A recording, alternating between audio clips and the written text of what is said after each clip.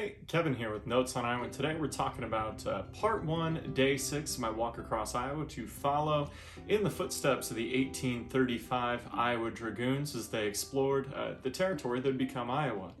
And on part one, day 6, I started at the city of Ottumwa, crossed over on one of the bridges of that make Ottumwa Bridge City, eventually crossing up and out through Chillicothe, past the big power plant generating station that Alliant has north of Ottumwa, and eventually on to Eddyville. So come with me as we take a look at part 1, day 6.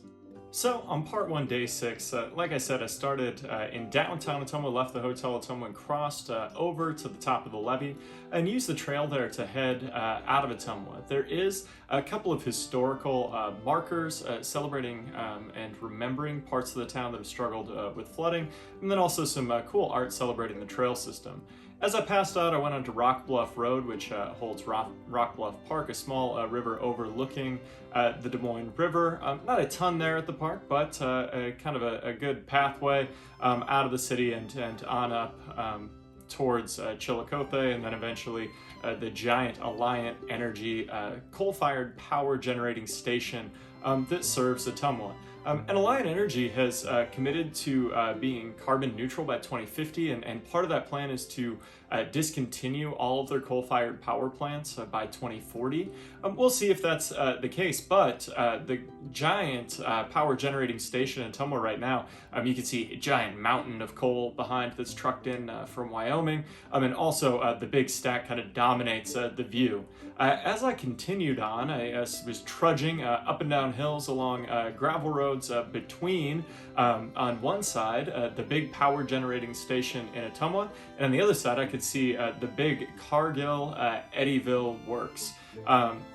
And as I was going along, this was an interesting day. I had a lot of people stop and visit with me, including a guy who tipped me off that there was going to be an abandoned house on down the road that had a family of vultures living in the attic, and that I should be on the lookout. When I got there, the situation was much more interesting than that. There was also a cow and a pig and a chicken that had somehow found their way into this abandoned house, and the vultures, I think, were giving the two farmers trying to get these animals out quite a time.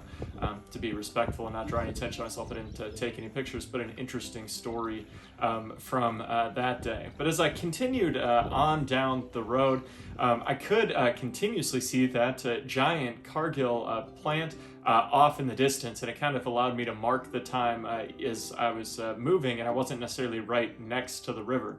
I did see a lot of different livestock pasturing on my way through, a few little creeks, some of those kind of things, but a pretty uneventful day in terms of historical sites. Didn't run into anything unanticipated on the walking portion of my day at all. The Cargill Eddyville works were eventually approached before crossing over to the town of Eddyville.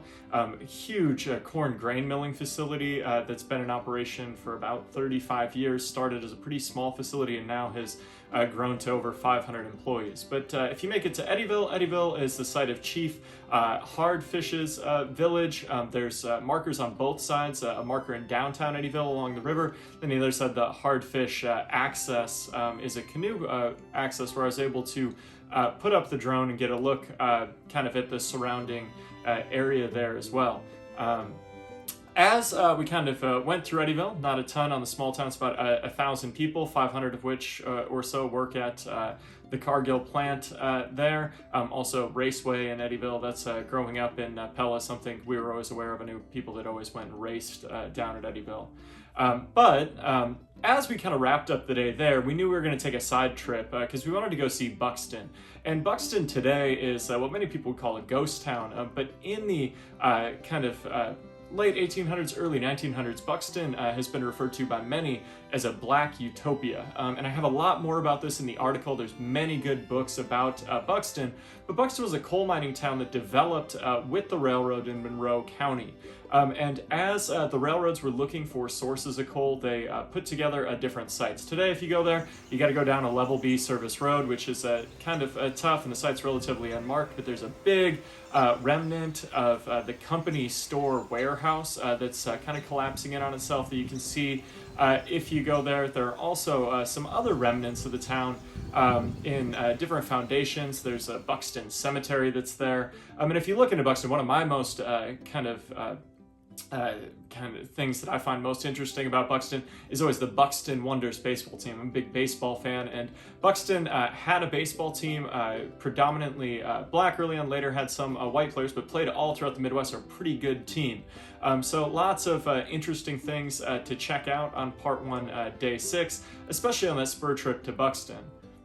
So some of the main things I thought about on Day 6 of Part 1, thinking about Iowa energy as an environmental historian, something that I always find really interesting, and thinking about how we supply our energy, some of the choices we're making for the future, and how those will impact our communities.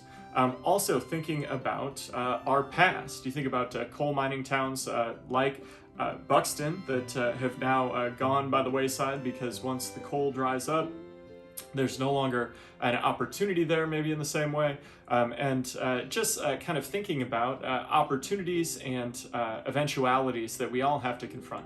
I appreciate taking the time to check out the video. It's great to see different people sending me some different feedback. As I always mention, people make this project better every day. So if you have different information, if you have things I should be looking into, if you have advice on Part 2 of my journey that's starting here pretty soon, feel free to let me know. I love talking to different people, and I appreciate taking the time to check it out.